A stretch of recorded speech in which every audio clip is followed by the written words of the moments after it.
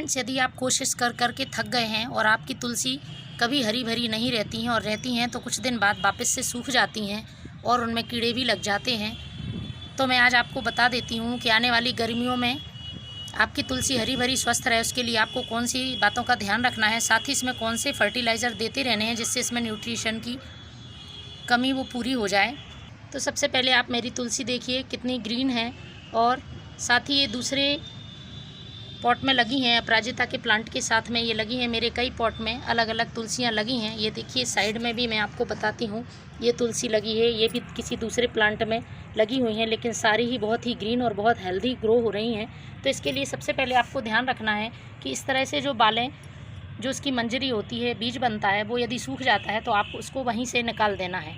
Tip से आप इसको साइड से निकाल दें, क्योंकि इसकी जो एनर्जी है वो इनको सुखाने में चली जाती है और सारे पोषक तत्व यही अवशोषित कर लेते हैं। इसके बाद बात करते हैं इसके वाटरिंग की। तो वाटरिंग आपको रेगुलर करनी है, लेकिन ज़्यादा वाटरिंग बिल्कुल भी ना हो।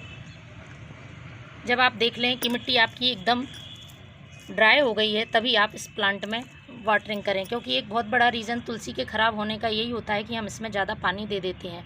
अब बात कर लेते हैं इसमें मिट्टी में कौन सा फर्टिलाइज़र मिलाएं।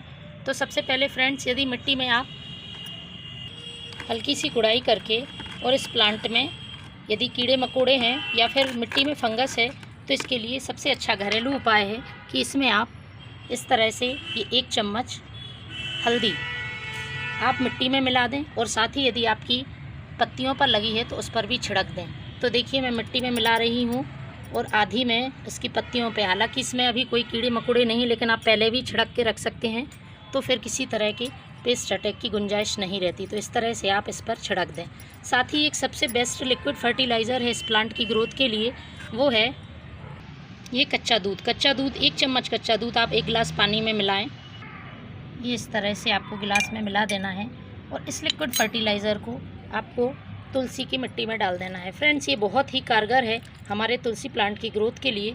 आप भी आजमा कर देखें, आपकी तुलसी सदा हरी भरी रहेगी और कभी उसमें कोई परेशानी नहीं होगी। Thank you.